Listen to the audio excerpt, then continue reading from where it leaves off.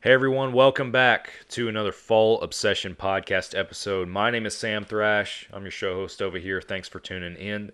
This week, I'm joined by a fellow podcast guest, the host of the Whitetail Advantage Podcast, Brett Boven. He joins me this week.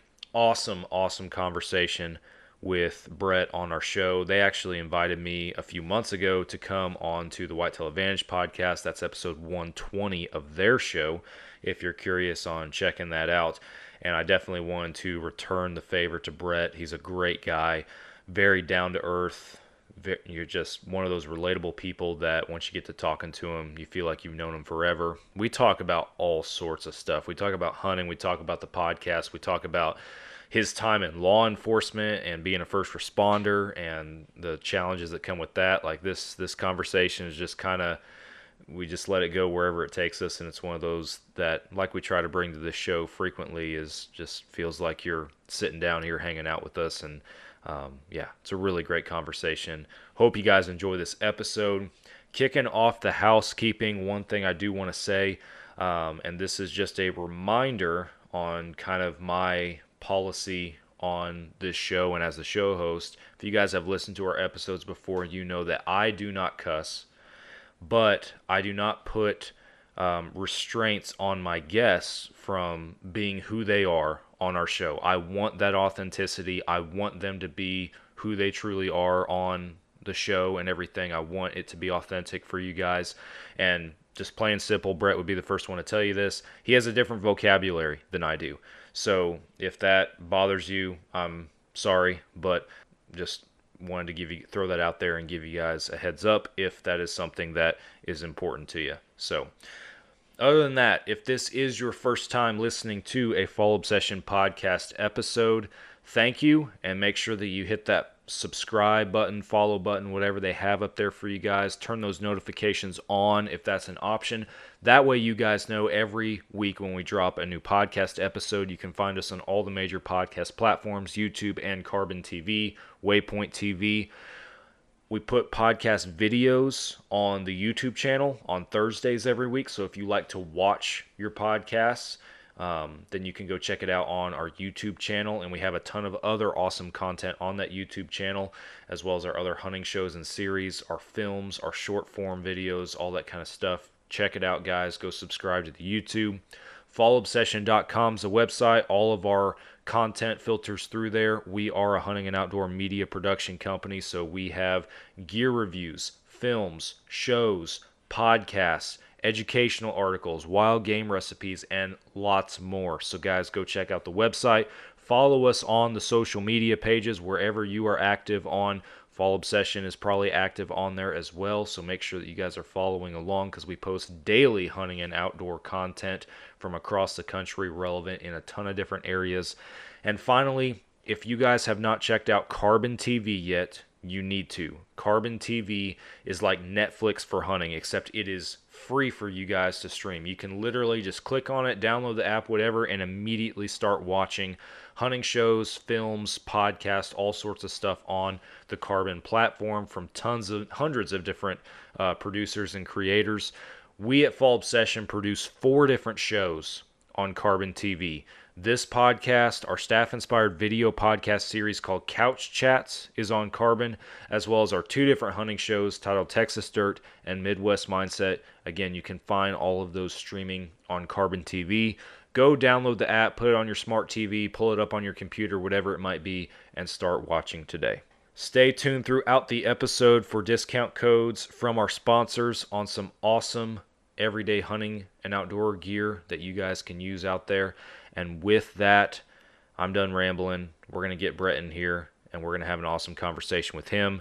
You guys are listening to another Fall Obsession podcast. Oh, you got her, dude. She's down. Let's go. Dude, I just shot a deer of a lifetime. Freaking smoked him. One with nature, and if you're a believer, one with God. Definitely gets your heart pumping. Boy, you are in trouble. Fall Obsession Podcast.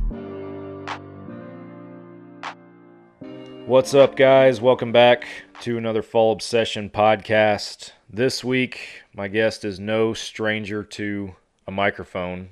He's actually probably making me look bad because he's over there with, calm, cool, and collected and confident over there. So, Brett Boven from Whitetail Advantage Podcast, he's my guest this week. Welcome to Fall Obsession Podcast, man.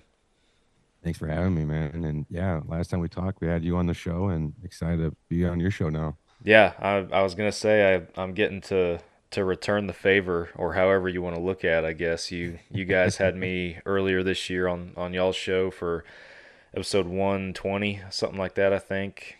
Talk about some Texas hunting and give me an opportunity to talk to some of your listeners about Fall Obsession. And yeah, I'm looking forward to flipping the tables a little bit and chatting with you on your end too. So, and on that note, just to start things off, for our listeners that haven't checked out your show, who is Brett Boven, and how did this all start for you? Well, I've been hunting for 20 years now here, roughly, in the state of Michigan, born and raised here. Really, I'm a short, simple guy. I went to college at Western, wanted to be a cop when I grew up. Then I got to live out that dream, and eventually things happen. Mental stress gets to you in law enforcement. And one of my FTOs said that every cop's got a bucket, and everyone fills their bucket at a certain time frame. My time frame was 7 years. So, but I'll say this. Myself, when I saw some traumatic things happen back to back, and I wasn't able to process it the correct way, so I had to go reach out help and to help for my own sanity wise. So I took a year off of work, and through that time off, I really wanted to create. I love hunting. I love the outdoors. I've been doing it since I was a kid, and I've mainly just been doing whitetail deer. And through that time off, I wanted to kick Whitetail Advantage back up. And through that time, I was assessing how it was going when I first started it off, and I didn't like how it was going. I was like, that sucked in my opinion. So I took a lot of notes from different places, from outdoor podcasts, comedy podcasts from all over the place, and YouTube shows and everything. And then I eventually came up with a good blueprint, and it's changed since then. We've been doing it now for a year plus. And we do a live show every Sunday and Tuesday. And on our show, we're unpolitically correct. I say it all the time, and we say whatever the fuck we want. And yeah, we just have fun. We love talking to guests from all around the country. And in my opinion, I assembled probably one of the best teams out there with Johnny, Dave, and Squatch. Johnny's former Army, Dave's former Army as well. Squatch is just a holy man. And honestly, I've only met Johnny in person. I haven't met Dave yet. We just have the schedules haven't lined up. Squatch is all the way out in New York. But I love those guys. They're part of my family now, and I'm glad they're a part of the show with me. That's awesome, man. I want to. You said a lot in just a little bit of time. I want to unpack some of that a little bit. And I recall from our interaction when we first got started, and we did that episode on your show. You mentioned that you were in law enforcement and everything, and I'm down here still to this day. I'm a full-time firefighter. Is my job outside of the hunting industry. And without getting too specific, I'm curious because you talked about that bucket getting filled at around that 7-year mark and everything. What kind of call volume were you experiencing as a law enforcement officer for that timeline to be applicable? Because you hear about people that, reach that point really, really early in their careers in busy cities, and then maybe more rural areas or slower areas, right? Guys can go a full 20, 25 years, and, they might be old, crusty, and grumpy, but, they're still kicking it along. What did that look like for you as far as the stress of the call volume itself? Well, I worked the road and the jail. So I was at a county department. Okay. And so I got to see a lot of things from working the road and working the jail. And actually, the thing that eventually caused me to take a year off was an incident from the jail. I can get into detail about that. It's kind of gruesome, but I'll just say this. You can do what you want with it. I watched a guy basically eat his arm off. Oh, wow. Yeah, so that put me off for a year. But to answer your question more in depth, I was in a fairly busy department, and they put me in one of the busiest townships that the county has to offer. At least in my opinion, it is.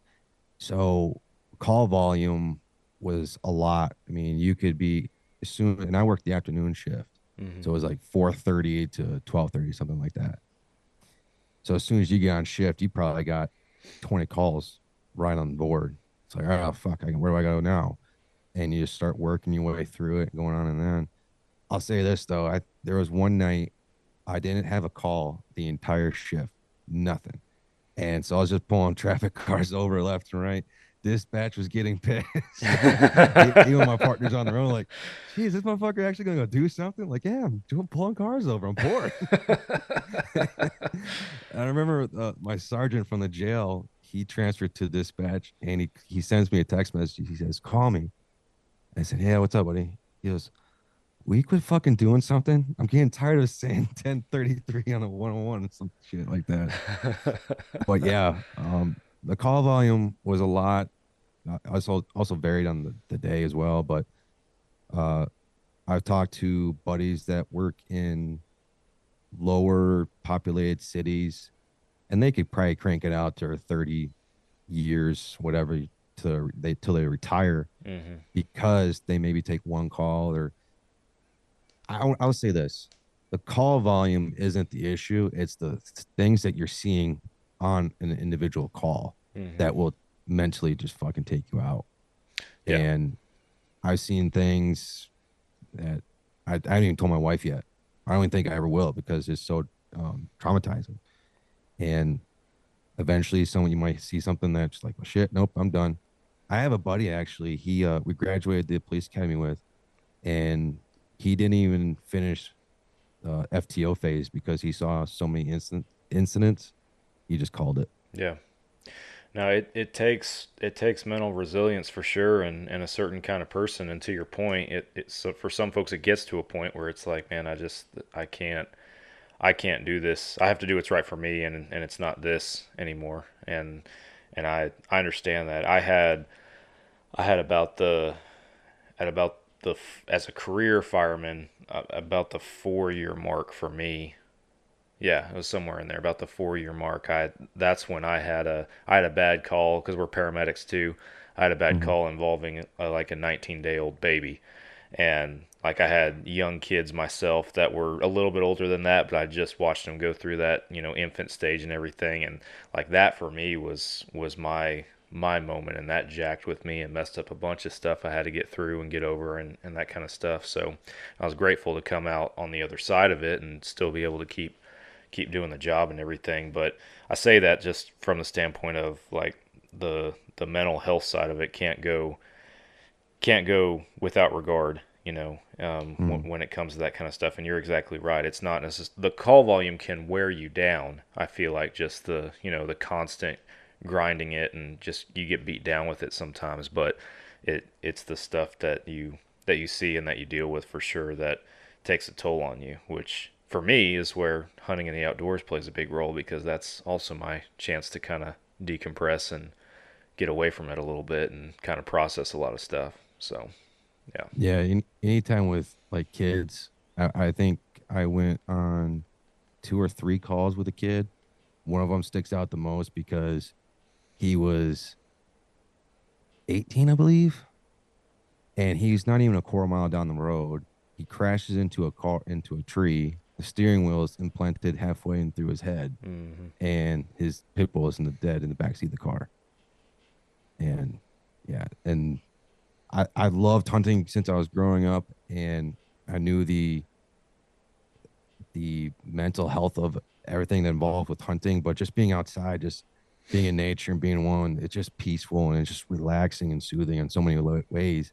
And I think growing up, I took that as I'm losing the word I'm trying to think of. I took it for granted, Hmm. because now when I went into law enforcement, I really cherish those moments. Because growing up, when we went out in the woods, it's like, oh, yep, I'm going out in the woods. I'm going to go hunt deer. Awesome. Great. But now growing up and things start adding, get more responsibility, you get wife, kids, and bills, and all this shit comes on top of it all.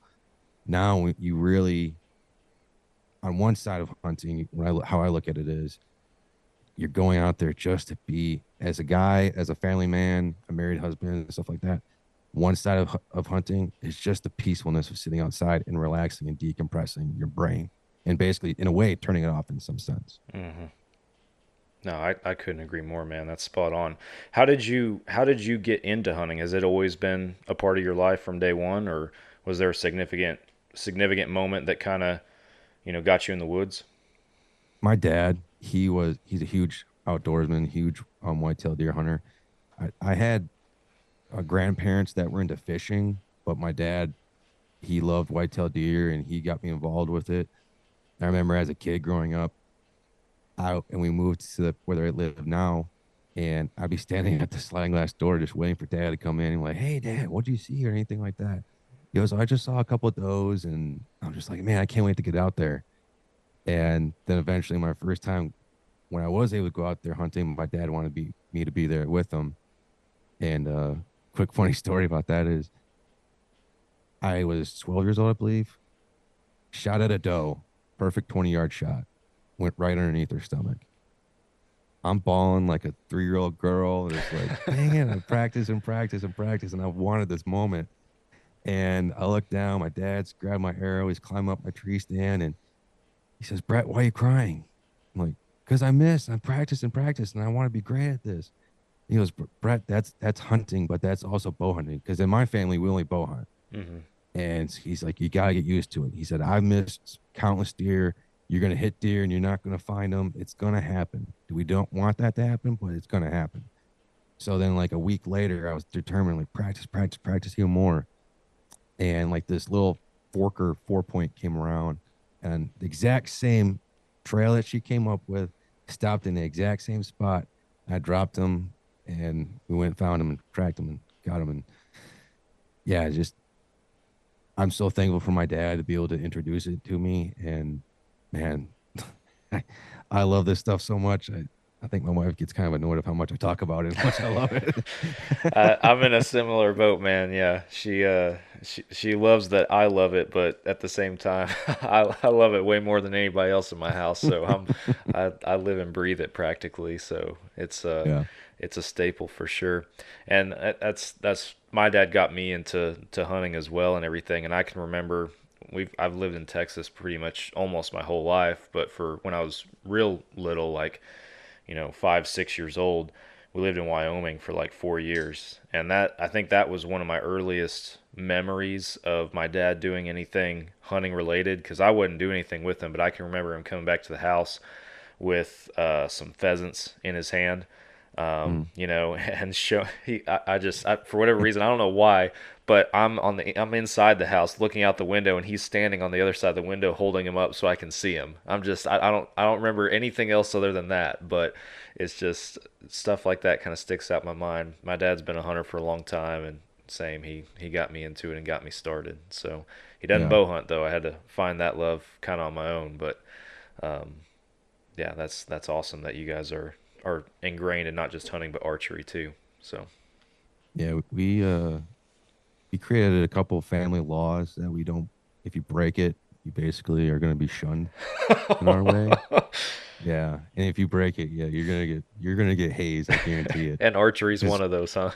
And yeah, archery's one of them. So Okay. my son's got some stuff to learn, and hopefully my daughter takes it apart. But yeah, my son hopefully gets in the same ballpark, and if he breaks one of those rules, he's gonna be banned. You're out. Oh, that's awesome. Is there a reason on that, or was that just his passion that he's kind of passed down? That's just what he loved to do. Yeah. He grew up with recurves. I don't think he got into longbows, but I know he hunted with recurves and with fingertips, and that's how I started off. And Yeah. in my opinion, I think that's how everyone should start off practicing, is with fingertips, and maybe recurve, but I never got into that. I started with fingertip, finger release before the thumb releases came about. And he just knows, just because learning from him and then doing my own thing now in hunting and archery, at least in my opinion, I'm not going to speak on my dad's, but I believe he believes the same thing I do. When it comes to archery hunting, there's so many things that can go wrong. And you got to get, in my opinion, you got to get within, like right now, I'm 31. I'm going on 20-year hunting. I'm now lethal. I feel comfortable lethal taking a lethal shot at 70, 75 yards. Right. But when I first started, when I was up to like 20, 25, maybe 40 was my max. So you got to get this deer generally within a 40-yard distance to shoot at a deer. And I can tell you basically every detail with every deer that I've shot and just the enjoyment with it all. And I don't know, man. I just love it. And I'm not going to say to my kid, no, you can't shoot with a gun, this and that. But my dad and I are going to look at him. You shot with a gun, didn't you? Okay, we see ya. Yeah. Don't worry that I stuck this arrow in the bullet hole right there. Yeah, don't worry about Exactly. that. But One of the other ones is so we have to wait. So if like a doe comes out, we have to wait a couple minutes to see if any like yearlings come with her. And then if they do, that doe is officially off limits. I see. And I understand, yes, that through the gestational period and at that time period, that if the mom was to be to be passed on or die, whatever the case may be, that they are old enough to take care of themselves. But it's just something that I wouldn't feel right doing that. I don't know. It's just me personally. I would feel wrong doing it. And so we just kind of made it like a family rule, law. They just let them go. And I kid you not, like I said, it's my 20th year hunting. I think I have yet to put my tag on a doe. Really? I've shot two, and I never found them. But I just can't get the deer up here in Michigan, man. In my opinion, they're fucking Einsteins of the woods. Like I can blink, and they're looking at me 70 yards away, and they're like, "Yep, nope, fuck that," and running away. Wow. I don't know. Yeah, it's crazy, man. I have I wouldn't. It's probably not as hard and true of a policy as what you have and what you've grown up hunting in and everything as far as does and everything. But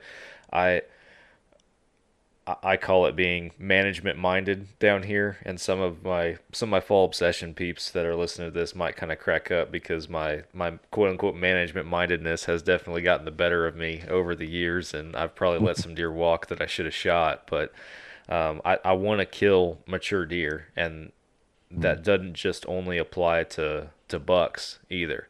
So a lot of our does travel in groups, and typically I will try to take some time to analyze that group and see, okay, who's with who here, what doe has babies, what doe is like that, that mature older one in the group, who's kind of the young and up and comer that might not have babies yet. I kind of try to analyze some of that before I take a crack at one, because I not, like I said, not that it's a hard and fast rule for me, but I don't like shooting a deer with a fawn on her either, man. Like that, feels weird. Now, granted, I know there's some people that are listening to this podcast that might be like, screw this and turn it off right now, because they're like, if it's brown, it's down, But to each their own. I'm not here to criticize or anything. But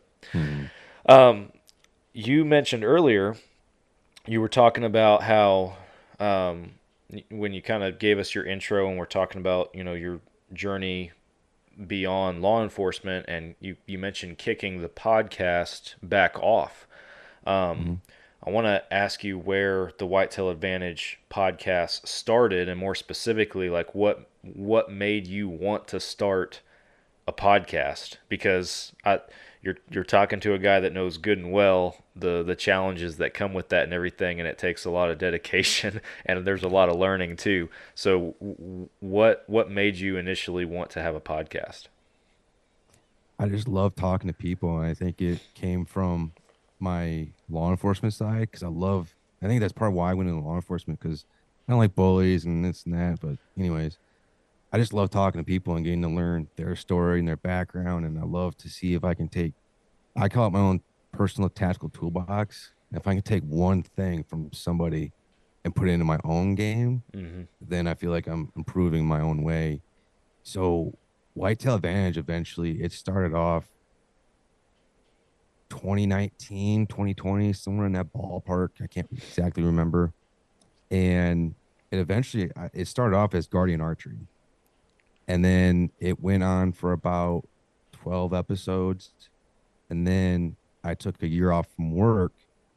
And through that time off, I was trying to obviously make myself better. So I didn't really spend a whole lot of time with Whitetail Advantage or Guardian Archery at the time. And through that time off, when I was getting close to the end of my year, I really wanted to dive back into it. I wanted to do something different, in my opinion, do something different, create different podcast, go a different route with it, and create our own little norm that we like to call it. Hey guys, sorry to cut y'all off from the conversation. We'll get back to it in just a second, but first I want to tell you guys about Hoot Camo. Hoot Camo is one of the best camouflage brands out there for the blue-collar hunter. The prices, you can't beat them. The patterns are extremely versatile. They work in so many different environments. I have worn Hoot Camo hunting whitetails, hogs, and turkeys down here in the hardwoods, the mesquites, the scrub brush of Texas. I've worn it in the flatland plains of eastern Colorado hunting mule deer. I've even worn it in the mountains of central Idaho hunting elk. It works in so many different places. It is extremely high quality gear, extremely warm, holds up well against the elements. You cannot beat it. Go to hootcamo.com, use the code FallObsession15 on your next order, no matter how big or small it is, and check out everything that Hoot Camo has on there for you guys. And that's when I eventually, like I said, I was listening to other podcasts. Like, what do I like about this one? What do I like about this one? What I don't like about this one? And while that year was off, that's when I really was like, all right, I have like a whole booklet of all of my notes that I was taking. I was like, all right, I want to change the name. And in my opinion, it came down to name that I had to start off with rebranding the name, get a new logo and everything. Because when I look at, like, for instance, Knock on Archery, when you see its logo, you know that's Knock on Archery. Mm-hmm. You see the name itself, well, that's obviously archery related type content. So I was like, well, I'm a huge whitetail guy. I want to give people advantages out in the woods. So I had like 50 names I wrote down, and the one that stuck was Whitetail Advantage. Then I came with the logo, and then I was like, all right, I want to do this, this, and that. And when I first started off, we were doing like 4 episodes a week, and we are doing live shows, this and that. And eventually we were kind of like, I think we did 4 episodes for about 3 to 4 months. And then we were like, all right, I don't like this. And we started tweaking it more and more. And then eventually it turned into what we have now. And we really love the step that we have now. I highly doubt it's going to change, but yeah, we love where we've become at now. And 4 episodes a week is a lot, man. yeah, we were cranking them out when we first started off, and it wasn't that we were getting tired. We just wanted to, we were solely only doing a state a week, and then we were getting like 4 guests on for that state. And then we started noticing throughout the episodes, it was becoming the same material. And by like the 3rd episode, the 4th episode of that week, it's like, well, I've already known that. Tell me something different. So we're like, oh, maybe the audience is probably thinking the same thing. So then we started like, all right, let's adjust this here and there and move things around. And let's take a couple days here and we'll focus on these things during those days. And yeah, now we pushed it to only doing 2 live shows a week. Gotcha. We talked about pushing in a 3rd one, but we like what we have right now. Yeah. No, it's a great format too. And I like how you're trying to get some variety and perspective from, like you just mentioned, from every state out there, every area out there that's hunting deer and everything. And that was kind of your pitch to me when you invited me to come on your show was, hey, let's talk about whitetail hunting in Texas and what it's like. And so I came on there with probably my skewed private land version of whitetail hunting in Texas, right? And I don't know what kind of feedback you got off of that, but I'm not much of a public land guy, so if that was an expectation, sorry. Oh man, I loved it. That was probably one of our highest downloaded episodes, I think. I have to check it out. Oh, no kidding. Yeah. I did not know that. Well, it blows my mind that people want want to listen to that. I guess you put the word Texas in there, and, and people are in. So that's probably Everything's probably, bigger in Texas, man. So Yeah. you hear Texas, well, someone from Texas, I gotta listen to that fucking shit. Exactly. What have been so having all of these guests on from all over and everything, a heavy emphasis obviously on whitetail deer. What have been your big takeaways from it? What has changed in your own style of hunting, your own tactics that you apply in the woods, if anything, from having these folks on your show over time and hearing what they have to say about whitetails? Yeah, that's a good question. I probably should have prepped you for that one. No, that's a great one. I love being put on the spot because I put my guests on the spot. Man, that's a great question. I think, what would I say? Probably, I'm trying to think. There was a guy from Arkansas, I believe it was, and something with morning hunting.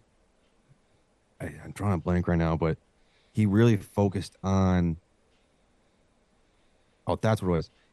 With morning hunting, making sure that you're really in the stand way before that first glimmer of light kind of comes up in that stand. And I was getting like, I'm not a morning person, and everyone jokes about it, and I don't I don't mind it because I can't stand the mornings. So me in morning hunting, we're not best friends.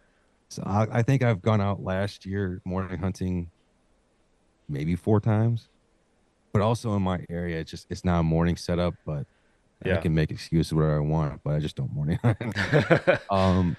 But he said like, so I think first glimmer of light here and where I was at was like 7 o'clock in the morning. Make sure you're in your stand at least a good hour before that. I'm like, well, okay. And then he's like, just make sure that you're in your stand, everything good to go an hour before that first glimmer of light, because you don't want to be fumbling through the woods with some light, because then you're going to scare all your deer away. Mm-hmm. So just making sure that you're really prepared in the morning hunts, if you're going to go out there, to have everything set up that even though if it's pitch black still, you're still not, you're going to be fine.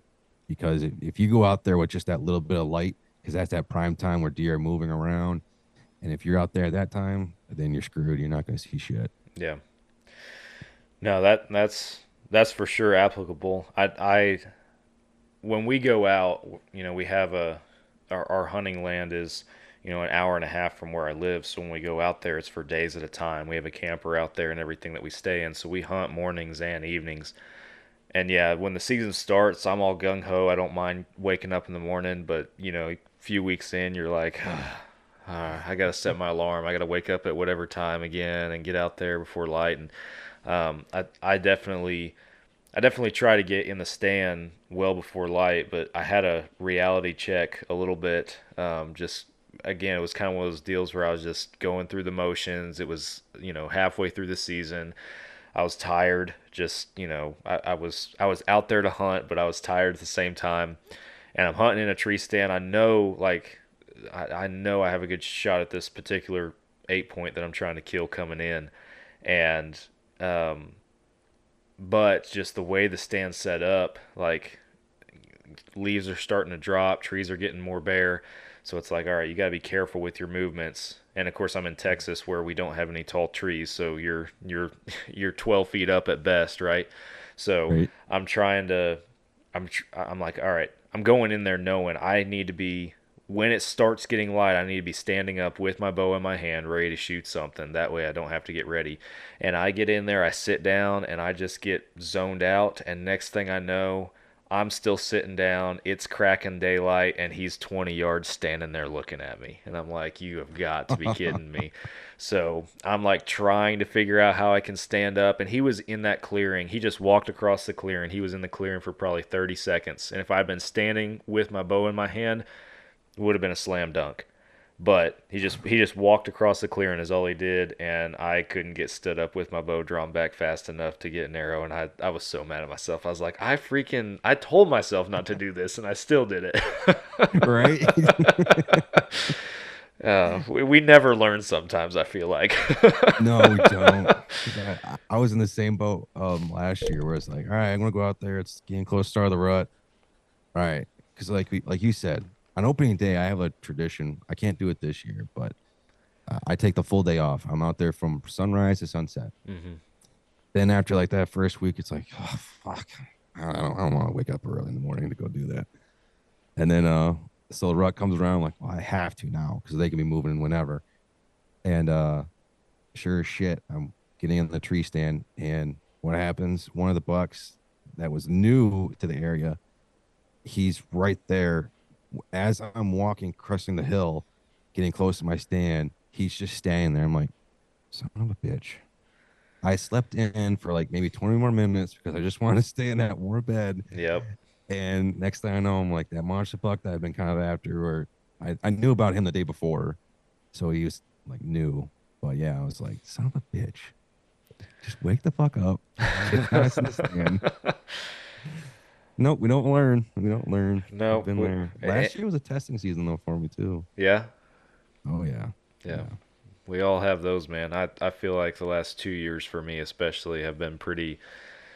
There's been a lot of growth and a lot of lessons learned the hard way. I had another deer that I launched an arrow at actually, and I never found. Beautiful 8-point, and just made me sick to my stomach. But it was one of those deals where I didn't like I had ranged everything when I got into the stand. I knew how far the trail he was on was, but he was moving quickly, and I had to stop him, and I didn't have time to get a quick range on him before I launched my arrow. I had to guess. I was like, he's at 45, and I had just watched a video on TikTok or Instagram or something about so I'll back up. I have a habit with archery, and it started when I shot competitively like 10 years ago. I would always come down from the top down into my target and everything, and if I went too low, I just had a mental block where I couldn't pull up. Like I couldn't pull up into my target. I had to let back down and reset and start over. And that's translated a little bit to hunting. Just I have this habit of starting high and then coming down. And this guy in this video was talking about how, well, if you start below your target and come up into it on a whitetail, it's like you're more naturally going to just hold a little bit lower, like top of the heart, bottom of the lungs in that area. And if that deer drops, you're still going to probably get that double lung hit, and you're more naturally going to hold lower. And I just watched that video like 2 days before, and on this freaking buck, I'm like, 45, draw back, come down from on top, launch. He was at 41, and he ducked a little bit, so I hit him in no man's land, and he goes running off with my arrow in him. And I was so mad at myself. It's like as soon as I released the arrow, it's like everything was in slow motion, and I was just like, it's going high. Like I'm watching this arrow soar in slow motion. My brain's just thinking it's gonna hit high, and I'm praying it goes over his back. Just give me a clean miss. Like if it's going high, give me a clean miss. Nope, smack, takes off. I'm like, you're kidding me, dude. So I learned that one the hard way too. I was like, so it's been stuff like that has accumulated over the past couple years, and hopefully I'm hoping this year I can apply all this stuff I claim to have learned, right? And actually be a better hunter, but we'll see. It takes those moments like that, like when your parents tell you to stick a fork in an electric outlet. Now you learn. Never do that again. Yeah. Hot pan. Now you know. Yeah. Just gotta learn it the hard way. Yeah. Heck yeah. And that's one of the things, like, hey folks, if you guys are in the North Texas area like I am, then you need to go to Bear River Archery and Pro Shop in Van Alstyne, Texas. Justin and the guys up there have an incredible operation set up. They will take great care of you and all of your archery needs. They are the official bow shop in North Texas of Fall Obsession. I love going there, and I'm picky. If you guys know me, I am very selective on who I let work on my bow. I will let Justin work on my bow. They do great stuff. Check out Bear River Archery and let them know that Fall Obsession sent you. I definitely, with having this platform and this podcast, I try to put a lot of emphasis frequently on how I'm just a normal dude with normal problems, because at the end of the day, there's nothing special about me or the way I hunt. I'm just a dude that has a microphone and puts an episode out every week. You're famous. No, I'd beg to differ on that. I wanted to ask you, still talking about the podcast, what what are some of the biggest challenges, I guess, that you have faced having a podcast? Because at the time of recording this, you guys got 156 episodes out of the Whitetail Advantage podcast. What have been some big challenges in making that happen and getting to this point?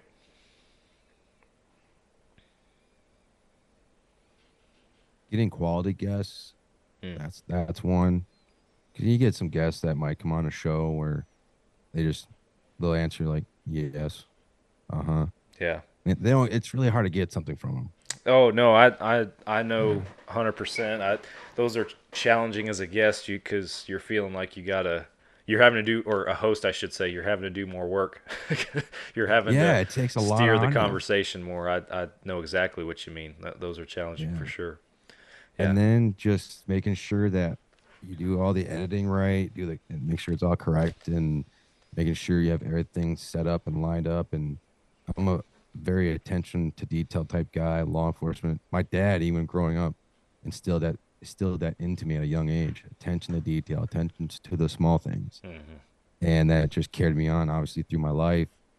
And now I've created my own little calendar, whatever you want to fucking call it, of like, all right, this day I got to do this, and this day and this and that with the show and stuff like that. And make sure, like, all right, 2-week advance notice with that show coming up. And it's just like a mental note. I have like everything in my calendar and stuff like that. And so making sure just the guests come on the show, we have fun and relax and lay back. We always do our best to make sure the guests feel comfortable. I always meet every guest before the actual live show to like answer questions that they might have, work out any technical issues, stuff like that, and just kind of give a quick rundown of the show. And I always tell guests, and I have like this email I set it to them, and in it says if we don't conduct a live show, they'll meet and greet before the actual live show within a week to 2 weeks, then we're gonna have to cancel and reschedule, because we do a live show. We owe it to everyone that watches to make sure everything is doing great and stuff like that. Honestly, things are gonna fucking come up. Mm-hmm. So we'll run with it if we can. But as long as just people communicate with me, I'm an open book. Just talk to me. Yeah. And we can work something out. Other than that, really, the challenges I've kind of at least done my best to put on small issues, because now I've been doing it for so long. Obviously, something might come up, but if I have an idea generally what issues might come up down the road, audio wise, electrical wise, technical side, all that shit. I have general ideas and on stuff like that, and how to quick fix it and stuff like that. But obviously, some things can still pop up where it's like, well, fuck, I didn't expect that. Yeah. No. Yeah. First time for everything, for sure. Mm-hmm. Yeah. As you as you do it more, you definitely get more comfortable, more in your routine and that kind of stuff. I did not do a whole lot of prior conversations with like first time guests and stuff on the show prior to coming on your show. And when you did that with me, I took a page out of your book with that. And for some of the guests that we've had on the past couple months, I've made a point to have a phone call or something beforehand with them, some sort of communication other than just email or text, to kind of help break the ice and do the same thing, answer some questions and stuff. Hope I don't sound too hypocritical, because I totally did not do that with you coming on this for this episode. But I was like, yeah, we talked for an hour or whatever on your show, so we'll be all right. But I have done that with some guests, especially the ones who are new to podcasts that haven't been on podcasts before. That's been a point I've been trying to make for sure. So I think that's smart. But Yeah, we weren't doing it at first, and then we realized, I think by episode like 20 or something like that, we were running into issues where they were having technical issues and stuff like that. So that's why we actually took 2 out of the 4 days away to focus on meet and greets, to talk to them before the show, work out all the downloading and stuff like that that might come up. That way, all that shit's taken care of right away. Yeah. And then that way, at least we say hi. And it actually, even in that meet and greet, I have it booked where people can go on our calendar app and book it when they want with us. It works for their schedule. And I set it for like 30 minutes, but reality only takes like 5 to 10. Only because I try not to, even in those meetings, I don't try to learn a whole lot about you right away, because I want to save the authenticity of it for the actual live show. Yeah. So it's more just like saying, hey, how's it going? And like, obviously, like the first meet and stuff like that type questions. And then just kind of work on the technical and the actual show and stuff like that. Yeah. Outside of that, nope, all that stuff for the live show.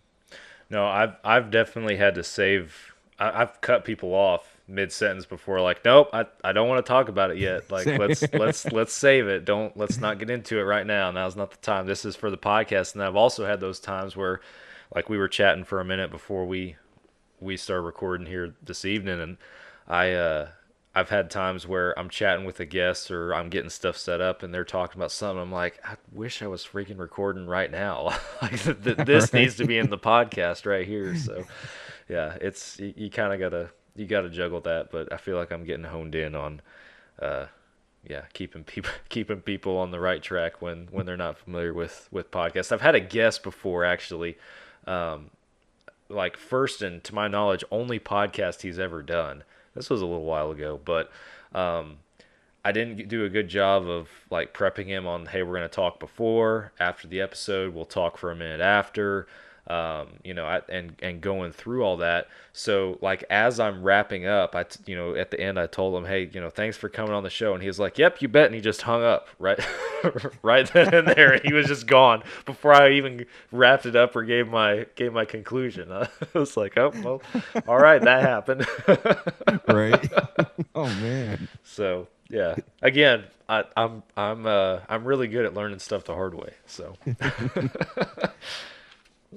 we actually had a guest, because like you said, you had to stop him, like, no, I don't want to talk about that.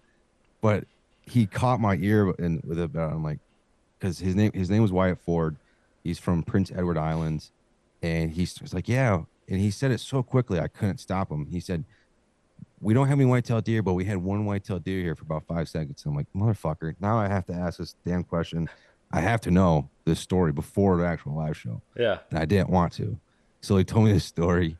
This deer like swam from one of the islands to their main island, and it was there for like 5 minutes, and it got hit by a semi. So they had a one deer population for like 5 minutes. I was like, damn it, why wasn't I recording for this?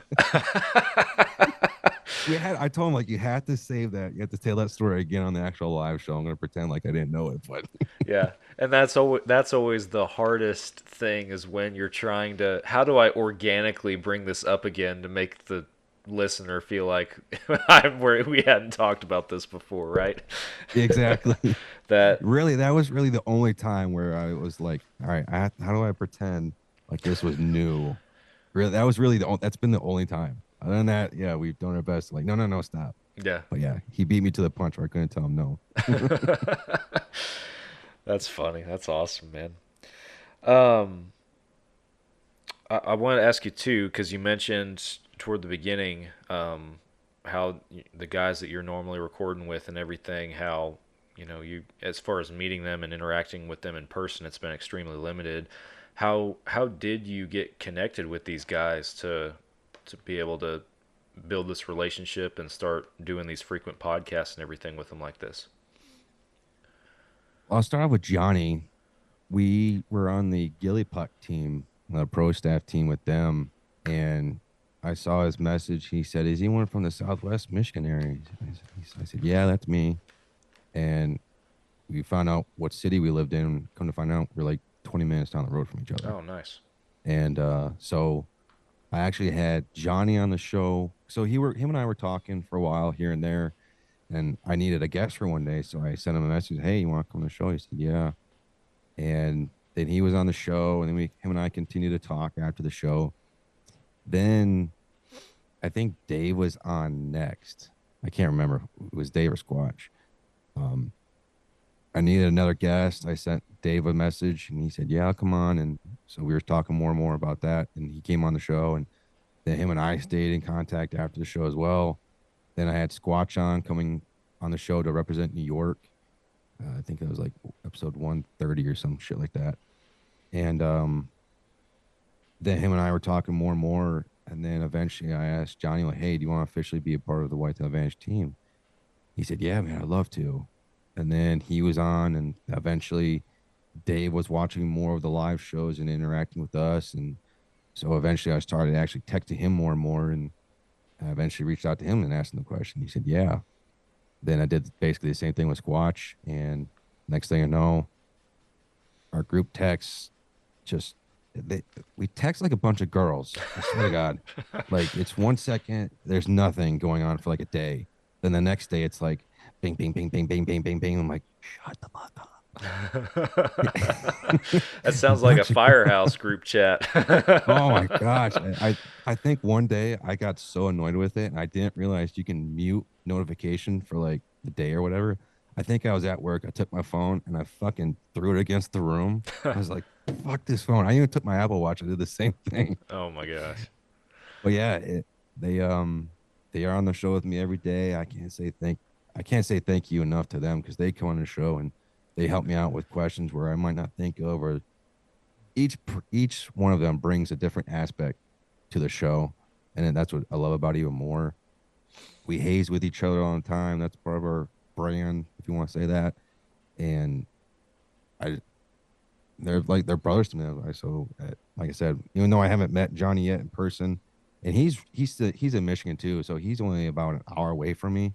Just timing wise, just hasn't been a chance. And obviously, Squatch is in New York. I'm not going to take that 6-hour drive all the way up there to see that ugly fuck. But Well, no, yeah, I love him, man. that's awesome, man. That like you said, it adds to the show, and that definitely, having that dynamic and having a group of guys with that level of commitment to be with you every time, or just about every time, that level of frequency and everything, that's incredible, because that, I feel like that's what a lot of people, I say a lot of people, at least our listener base, what they are looking for, right, is just that authenticity, that relatability and everything. And when you achieve that even more when you have a bigger group of guys, I feel like, and the listener can just feel like they're sitting there in hunting camp. I don't have a designated co-host or anything, and obviously it's just you and me on here right now. But whenever I do have the opportunity to bring somebody else in on the conversation, or I've even had specific guests coming on the show before, where it's been like, hey, you are also really good and really, really well versed in, whitetail management and habitat management, and we're having a guest on that's their language, so come on the show, because I know this person's going to ask questions that I'm not, and that, man, good for y'all. That's a good dynamic to have on a show for sure. Yeah, and when we officially got the group text message, honestly, I think it was the first day where it was awkward. After that, it was like we knew each other like our whole entire lives. Mm-hmm. It was weird how all of a sudden we get us all together and just texting. We're like, oh yeah, fuck you, and this, and we're joking with each other, hazing with each other, stuff like that. And then you bring it on, and now we've done it so many episodes with each other on the show. It just brings that different level of, the word you want to maybe use is comfort. Hey guys, Trophy Edits is a Fall Obsession podcast partner. We all have mounts on our walls that represent a significant moment, a significant harvest in the woods for each and every one of us, and photographs can do the same. I'm sure you guys have pictures from years past, hunting with loved ones, or being in the woods with family and friends, that also represent those big moments. And what Trophy Edits does is they showcase those moments for you guys, just absolutely make your pictures explode, and to the level that you guys can put them on the wall, and also have that memory forever represented in your home, your office, your man cave, whatever it might be. Give Trophy Edits a chance to do the work for you guys. And again, they make those pictures just absolutely awesome with their professional team of editors. So go to Trophy Edits website. The link is in the podcast description. That lets them know that you guys came from us. And use the code FALLOBSESSION at checkout to save you guys some money. because our big thing is we like to call it the electron campfire. We want everyone to feel like they're part of the show. Everyone feels like they can haze with us, and we haze right back with them too. And there's hazing between me and the co-hosts, Johnny, Dave, and Squatch, and that's just what we do. And we just want everyone to feel like, all right, we sit back, relax, get beer, and watch the show. And it's not just listening to whitetail deer. All right, when in the summertime, you gotta make sure you put this much food out and this and that. And yes, we get into that, but at the same time, we can go 10 minutes where it's like, you're an asshole. Well, you're an asshole. Man. Don't get me wrong. We all have our arguments. Don't get me wrong, but we can literally go the next day and like, oh, what's up, brother? Yeah. So yeah. No, that's a great dynamic to have, man, for sure. Like I said, I feel like that's relatable to the listener. I look at it as two in the hunting and outdoor podcast world. There's two realms, and sometimes they overlap a little bit. But there's the people who are looking for a good quality, just down to earth, authentic show, and then there's also the people that will seek out episodes with bigger name guests, more of your larger folks in the industry, I'd say, because they're interested in an episode with them or something specific they have to say or whatnot. I feel like there's a balance between the two, but and like I said, sometimes they overlap, but those seem to be the two things that are typically what folks are looking up. Your normal everyday hunter, that is. So Yeah, and that was one of my things when I started Whitetail Advantage back up again, where I was like, I want this to feel like the average Joe blue collar worker show. And like, I want everyone to comment. I want everyone to be able to feel like they're actually really a part of this while we progress through this thing. And I wasn't where I was against having like Michael Waddell or Lee Lakowski on the show. I'm like, I'm not against it. I'd have them on the show, don't get me wrong.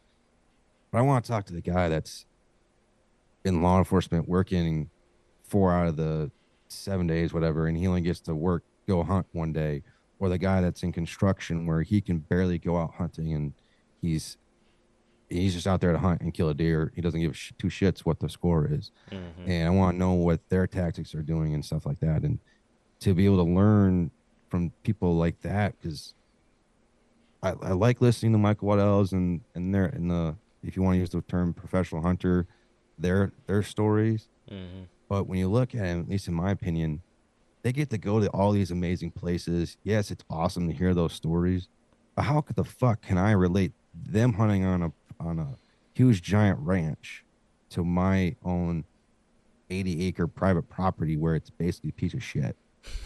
So it's like I want to know from the average Joe hunter, what are they doing with 5 acres? What are they doing with 100 acres? But it's crap. So like, just to learn what they're doing and how I can apply it to myself and just talking to them, that was one of the main goals that we set out to do. Yeah, you just hit the nail on the head, being able to apply that to yourself, right? Because they're dealing with similar circumstances, right? And they're coming up with solutions that are more obtainable for you. So yeah, 100%. I like to think that we have a healthy mix of kind of all realms and genres of the hunting industry and the guests that are out there. But yeah, I love sitting down with folks that I can relate to and just talk hunting. So same here. Which we haven't even freaking done, because I keep asking you questions about your podcast. But I mean, as a podcast host myself, I'm curious. But man, tell me about. I mean, you have a whitetail hunting specific podcast. So tell me about whitetail hunting in your area of Michigan. And you mentioned it's an 80-acre piece that you have. Yeah, 80 acres. Yeah. If you want to call it, technically, yes, it's 80 acres, but 40 of the acres is a giant corn soy plot field that the owner of the property leases out to one of the farmers in the area. And the other 40 acres is a lot of deep valleys and very hard places to hunt. So really, that 40 acres of open woods, yeah, you can hunt the edge line, the tree line, like obviously majority of hunters do with that type of setup. Yeah. But when you move into the woods, yeah, you can say you have 40 acres, but in my opinion, on that, I only have like 10 acres that I could really hunt. And I have to manipulate it in my own way.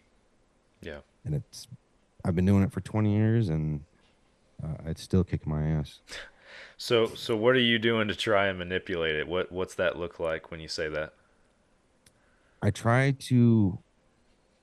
My big thing is I try to look at our property and what it offers and what it doesn't offer. What's the pros and cons of that piece of property? And I've walked that thing countless times, so I know that piece the back of my hand. But outside of knowing my property, I say my property because I've been hunting it forever, but it's not technically mine. I've learned the surrounding properties in the area and what they've been doing in the recent years, what they've done in the past, and using the landscape of our property and figuring out what's going on the neighbor's property and how it's going to affect the deer on our property. And granted, there's still pieces of the property where they're just going to naturally move through because it's just an amazing piece of the property where they have to. For instance, what I call it as my rut location. It's a little circle opening, and it's at the bottom of a hill. And at that point, it's like a little pinch point, if you want to call it that. Mm-hmm. And it leads to a cornfield in that area, open field area, bedding area, even more. And then to the east, it's a giant pond for drinking water and stuff like that. And then the surrounding little part of our property that I'm on, it's just bedding everywhere. Yeah. So it's extremely challenging to hunt it during the wind. And I have my own personal take on scents, but really how I've looked at it is the bucks are going to be bedding on one side of the hill. The does are going to be bedding on the other side. So it's like, well, do I want to be focusing on the does, the bucks? How do I want to work with the wind today? And just trying to move the deer. Basically, I want to train them like cattle, if that makes sense. I want to find a way where they're moving to in the most. And one year I think I have them covered, and then the next thing you know, they're moving a different route through that area. And I'm like, shit. And you constantly got to adjust. And at this point, I think I've got a good game plan for this year going into it, because my goal is to break the Michigan state record book, whitetail deer. I think I could have done it last year, but I couldn't get the shot off at him. He was at 55 yards, but there was some brush in between. And so this year I made it a goal where I'm going to do my best to break the state record. Nice. I'm out there working on it. What is the state record? I think the one I'm after right now is, what was it? 183 and some change, something like that, I believe. Nice. I think that was the deer. typical or non-typical. I can't remember. But yeah. That's a the one I saw last year, it would have broken it. That's insane, man. Wow. Yeah. What's your biggest deer to date so far? At the time when we gutted him, he was 144. We haven't got him scored since. Gotcha. Yeah. Still a stud deer for sure. You crack the door open, so I'm gonna ask. You said your personal take on scents. What's your personal take on scents? I'm gonna nail that one down real quick before we get wrapped up or anything. I think it's a load of shit. Okay. I really do. Because, and I'm just solely speaking on my hunting experience. Everyone's got their own thing, but when I'm out in the woods, I'll say this, for example. I got two examples for you perfectly. When I'm hunting the cornfield plot, and I can hunt that with any wind because the deer are just going to be moving from any direction out and where I hunt in that piece. So I can get away with any wind. But when I'm in my rut location, I want the wind kind of going in a certain direction. But at the end of the day, like, I don't give two shits. The wind can literally be blowing into that buck's bedding area, and I think I can get away with it. Last year, the wind was a northwest wind blowing right into the buck's bedding area. And sure as shit, a giant buck, 8-point buck, he probably would have scored 140. Whew. Not a lot of mass or anything like that. He just was just wide. And he's right underneath my stand. And he's walking. He gets up to a tree. And I thought his head was behind the tree. So that's when I started moving around to get a shot off at him. He looks up at me, runs up 5 yards, stands there and looks at me. And then it's like, well, I don't want to take the shot off now. Anyways, long story short, he ran off. I never got a shot off him again. So in my opinion, that right there, I've had numerous times where deer just came from where the wind was blowing and they give two shits. And he's right underneath my stand. And I didn't use any scent thing or anything. The only thing I do when it comes to scent control is I wash all my clothes in the washer with some laundry scent killer stuff, and then I just leave it out in the open air. Yeah. And that's all I do. I don't even, when I go out in the woods, I don't even spray anything on me or anything like that. Yeah. I still have deodorant when I'm from work because I have to burn PTO when I'm going out in the woods. So yeah, that's just my take on it. That's interesting. I'm not going to sit here and say, oh yeah, that makes sense, or I agree with you, because I'm just the kind of guy that I need to see the results for myself, right, in Exactly, the field, yeah. to believe that. And based on the last couple years and one stand in particular, I either feel like they've winded me or I just suck that bad as a hunter, one or the other, because I've had plenty of deer and does in particular bust me in that particular spot, and I guess I hadn't cracked the code yet. But I was curious because, like I said, you threw that out there, and I was like, oh, let's dive into this real quick. So Let's open that can of worms. Yeah. yeah, And I'm not afraid to say it. I say it all the time, man. I just don't believe in it. Because and I even read this study back when I was in college where what was it? There was a German Shepherd police dog out of Wisconsin, and I think a white-tailed deer's nose was just like 1,000 more scent receptors in the nose, more than the German Shepherd or the average dog. So just barely more scent receptors in the dog. And they took this dog and they took three people. The first one went out there. They made him walk about 100 yards with nothing, scent control or anything like that. He just walked down in his blue jeans, walked out there, and it took him X seconds to find him. Then they did this one for another guy where he washed his clothes like I do. Found him like 0.35 seconds later. Then they did the same thing with a third guy. He did head to toes, everything. Showered, deodorant, washed his clothes, did the spray, literally everything. Found him 1 second later. So like if a German Shepherd can find this dog can find this person, and it's only taking him like 1 more second longer, then how's a white-tailed deer gonna be any different? He's still gonna smell you, whether you're doing it or not, is how I read it. yeah, So, and the deer, they're extremely smart. They're extremely adaptive. They're designed to live. So I think it's not like I don't take scent of serious. I do try to play the wind, and I'm just out there just willy-nilly with it all. But scent control, I'd say this is my least concern when it comes out into the woods and hunting. I'll say that. gotcha. No, it's definitely something to think about.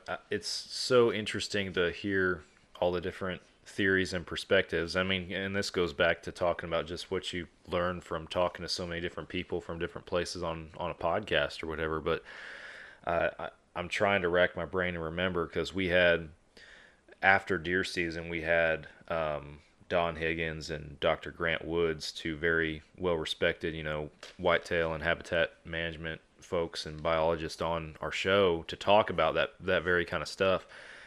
And if I claimed that one of them did say this, and if I claimed it was one versus the other, I'd probably get it wrong, because they were back-to-back weeks on the show. So I'm trying to think on who said it, but I have to go back and look. It's 216 and 217, I think, of our podcast. But one of them's like talking about moon phases, basically just said it's a load of baloney. Like it's yeah. that like it doesn't matter. And that was the first person that had just blatantly thrown that out there, and so we dove into that and everything on the show. And now I'm gonna have to go back and figure out which one of them said it, because I don't want to claim one of them said it and they're like, no, I didn't freaking say that. But Right. yeah, it's very interesting what you learn and what you hear from folks that have different experiences than you, for sure. So Man, they get very passionate about it. Like, no, it's Oh like yeah, it's this. Like, yeah, everyone's got their own experiences with it. That's why you're so passionate about why you believe it's that. And everyone's got their own experiences, and that's what makes them, like I said, passionate about it, and that's why they believe they're right until I don't know, proven yeah. wrong, I guess. And at the end of the day, man, like I'm not going to sit on this podcast or any other podcast and like tell you, no, you're wrong about your scent control theory. That's bogus. You're wrong. Hey guys, thanks for listening to the show. Hope you guys are enjoying it. There's so many different places that you guys can tune in to Fall Obsession Podcast, and one of them is the Outdoor Call Radio app. Outdoors Dan from Respect the Game TV, he created an app that you can download on any device where you can stream hunting shows and podcasts on a loop every single day.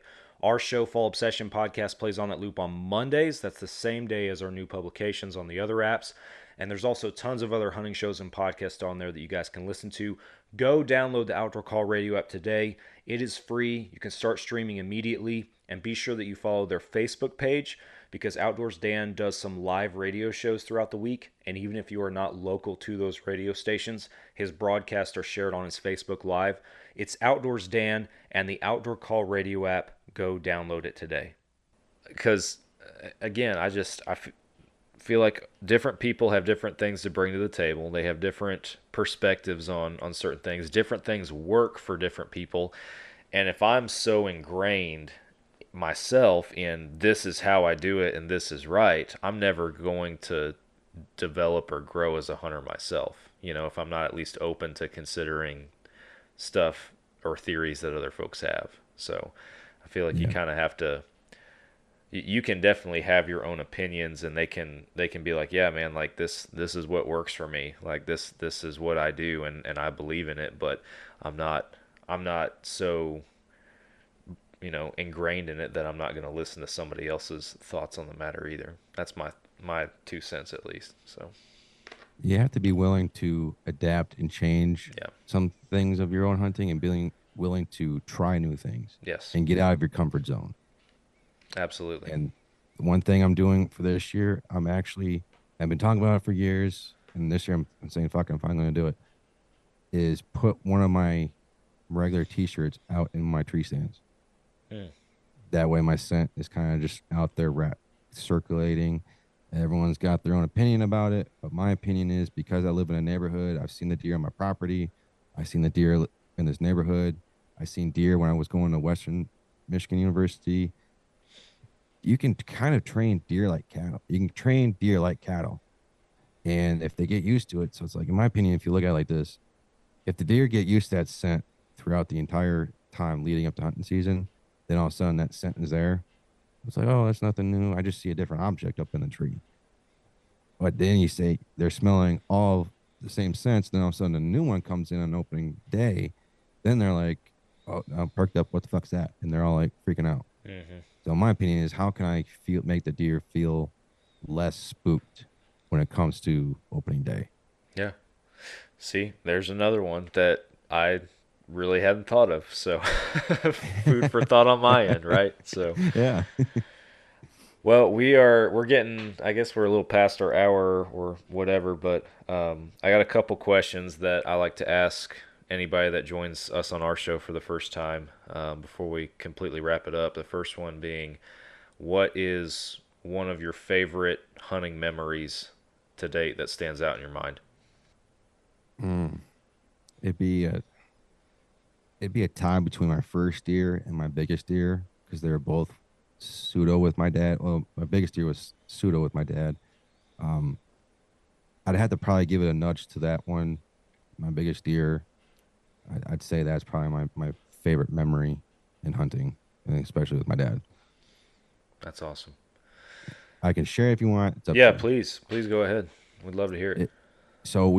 I generally like to get into my tree stand no later than 4 o'clock. If I can get there in 3:45, 3:30, that's my prime time, but 4 o'clock's my latest. I wasn't getting into my tree stand until 4:15. So we were walking out there. My dad and I were talking, and I said, I'm going to hunt this area. He said, well, I'm thinking about hunting this tree stand that's like 300 yards, 200 to 300 yards to the west of me. And he said, well, I don't want to hunt there because I don't want to mess up your hunt. I said, fuck it. Don't worry about it. We'll figure it out. Just go hunt over there. And as we're walking out there, we hear this giant deer right next to the trail that we're walking out of jump up and just book it. And we're like, we didn't see if it was a doe, buck, or whatever, but we were like, that motherfucker was heavy. So we're getting in our tree stand. It's like 4:15. I'm all ready to go. 4:30, 4:45 runs around. I see this little yearling doe just run right next to me under my stand. And then two little shit bucks just start running after her like spikes. And then probably, what was it, 35 minutes later, I see another 8-pointer walk on the same trail that she was. And this was during the rut, I should say that. And I had my phone. I felt it vibrate. And there's a reason why I say that. I felt it vibrate when I put it in my pocket. So I see the bigger buck come. And then I'm looking behind him. I start hearing something more. And start seeing something behind a tree. And all I see is antlers behind him. Like, that motherfucker's huge. And all of a sudden, he turns behind this tree. He's now going south. And then he turns towards my direction. And I'm like, holy shit, that's Fish Hook. And I say this. I saw a photo of Fish Hook that September of that year. I think I shot him in 2023. I saw him one time on camera in September, right in front of my trail camera. And I named him Fish Hook because his brow tine was shaped like a little hook. And I see him, and he's eyeballing me the entire time. So he kind of makes an L. And then he starts walking right next to me. And he's just keeping down, up, down, up. He eventually gets behind a tree. That's when I grab my bow and I draw back. And he's walking more and more. And I can't get him to stop because he keeps looking at me. Then eventually he finally just stops for a second. And he's looking away. And I didn't want him to like really book it after this doe. So as I'm turning with him, my bow limb hits my bow hanger. Oh, man. So eventually I said, oh my gosh, shit, what do I do now? And instinctively, I don't know what happened. I've never practiced this shot a day in my life. I squatted like a recurve shot. And I went, Meh, and shot him. He runs up 5 yards.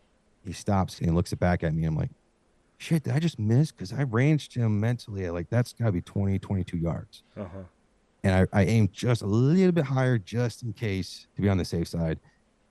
And then all of a sudden, I start watching him crumble, fall to the ground. And I hope every hunter gets to see this a day in their life, at least one time. I watched him breathe and take his last breath as his head is going down to the ground floor. And I'm sitting there just in like utter shock. And I don't know what it was. Usually, all whitetail hunters know you get that rush where your heart's just like beating on your chest when you first see that deer. Mm-hmm. When I first saw him, my heart was just like, like it was just so calm. I'm like, well, that's fucking weird. And then I'm just standing there, just like, oh shit, I just shot Fish. Like, he's my biggest deer ever. I can't believe how this all happened. And then I get my phone out. And remember when I said my phone vibrated? My dad texted me, he said, you have a monster buck headed your way. I call him, I said, I just shot that monster buck. That was Fish Hook. Long story short, part of that, he actually ran by my dad. Oh, wow. So he was chasing that same doe, obviously, on their trail, and it wrapped around him. My dad looks down, and Fish Hook is staring right up at him at like 10 yards. And he starts going up in front of him, and he knew if he was to take his crossbow out and move in any way, he's going to scare the deer away. So he just sat there. And then that's when he saw him walk away towards me. Then he texted me, and at the time I'm putting my phone away. And so I call him up and I'm like, yeah. And he didn't believe me. He goes, no fucking way you shot that deer. And then we meet up and we're like, you want to go up to the house and drop our stuff off? I said, yeah, let's go do that. He goes, no, fuck that. We're going to go get him. And just the sheer moment when we're looking at each other, when we're walking up towards it, as we're cresting the hill back there, we hear 5 deer scatter from the same spot that he was dead at. I thought he somehow miraculously just got up and lived, and just like, what the fuck? Did he just magically just come back to life and run away? And then we kept walking more and more, and then he's still there. And just the sheer moment where my dad and I are looking at each other and of just like, holy crap, this moment has happened. And I think my that deer was bigger than my dad's biggest deer, and Wow. to see the joy in him and my reaction with it all, and just the whole moment itself was just an amazing moment. Take away the size of it all, but just I think because I actually say this because of the size of it and the whole moment of it itself was just special, I guess, from start to finish. Yeah. That's an awesome story, man. And I couldn't agree with you more. Like any hunter that has not witnessed what you witnessed with, that animal, taking its last breath and everything. That's a side of this that most of us don't get to see or witness, right? And it definitely gives you an additional level of respect for these creatures that we pursue and everything, I feel like. And yeah, it's a humbling experience in my opinion. So Yeah, it humbled me. It was just watching it happen. I was like, I just took, because when you shoot the deer, they're running 70, 80 yards. You might not see them when they go down. mm-hmm. And to watch that happen was just, I remember it like it happened yesterday. And a quick funny story part to that is the year before we found sheds for the first time ever. And it was after fish hook, it was around Christmas time. We're at my parents' house and my wife looks at the sheds and she goes, "Aren't those fish hook sheds?" I'm like, "No, they're just sheds." I'm like, I've never seen that deer before. And we're looking at it, we're like, no fucking way. This was fish hook sheds the year before when I caught him on camera on Halloween. Wow. And just to see that part of the added story of like the quick little, ooh, nice little Christmas cookie. So after the fact of like, wow, we didn't even realize it at the time. That's crazy. Yeah. A cool history with the deer too. That's awesome, man. Yeah. Well, last question I have for you.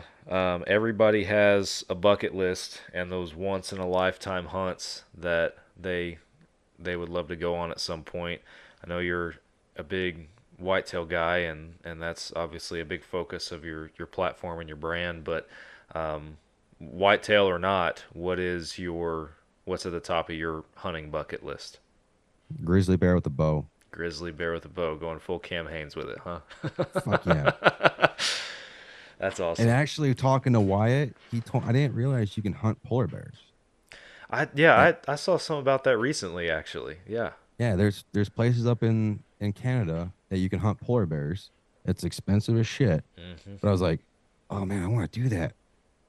Because they're like the deadliest animal on the planet. Yeah. But so is a grizzly bear. But I was like, I don't know. A grizzly bear, it's something I've always wanted to do as a kid. I remember watching this video on TV where this guy took people out and he wanted to do it with a bow. And the guy was like, oh, you can't stand these people that want to do it with a bow. They're unprepared and they don't know what they're getting into. And all of a sudden he said that he did this with every person that came out there with a bow. He wanted to see how they'd shoot. And at the very first time he drew back, the guide then looks at me and starts yelling with us, goes, "Rawr!" And the guy freaks out and he goes, "Ah." He goes, "Well, what the heck happened?" He goes, "Well, I freaked out. You scared me." Because what do you expect? We're going to be out here hunting grizzly bears. You got to be prepared for that. And I'm like, yep, sign me up. Sign me up. I'm going. Heck yeah. That's awesome. Yeah. Yeah, I haven't fully committed to putting that on the list, but I used to be like, no, I ain't going bear hunting. Like any kind of bear, I ain't doing it. And I'm at least like open to let's do like a spring black bear hunt or something like that. And I'm archery only too, so everybody's looking at me again like I'm crazy because I want to do it with a bow. Haven't committed to the grizzly yet, but yeah, it's of interest as well. So be a cool Nice. experience. Oh, it looks like a blast. I should have asked this, and we're about out of time, but I should have asked this earlier so we could talk about more, but I'm going to at least throw it out there. What is your bow setup? You're an archery-only guy. I didn't even ask you what your bow setup is. I got the Phase 4. Okay. With the UV slider, last year's model, and then the UV button. Gotcha. And I shoot gold tip arrows, AAE hybrid vanes, and Magnus broadheads. Killer setup. What's your arrow weight? Oh shit! Now I'm drawing a blank. 3 something. Yeah, I'm drawing a blank right now. I can't remember right now. Gotcha. Dang it. That's all right. I was curious. I was like, man, talking about grizzly bear with the bow. I was like, crap, I never even freaking asked him what kind of bow he shoots. We've been talking this whole time, and I hadn't even gotten to that. But wanted to ask real quick. Brett, tell everybody how they can find you, listen to the show, all that kind of stuff before we wrap it up. Find us on Whitetail Advantage on Instagram, Facebook page. We have YouTube. We do a live show every Sunday and Tuesday at 8 p.m. Eastern Time. Reach out to us in any way. You're going to be talking to me. I run everything. And, if you ever want to be a guest on our show, too, we have a website, whitetailadvantage.com. Everyone's welcome to come on the show. We never tell anybody no. We have everything set up where you can submit your request to be on the show, or if anyone wants anyone from myself, the whole team, anyone in particular from Whitetail Advantage to be a guest on like one of their own podcasts like you do, they can submit their request through there. And Awesome, man. Well, thank you for taking the time to come on Fall Obsession Podcast, an additional evening out of your normal recording schedule, and join us. I appreciate it, man. Thank you. well, thanks for the invite, man. I appreciate it. Absolutely. For our listeners, thanks for tuning in. I'll be back with you guys again next week for another episode. Catch you then.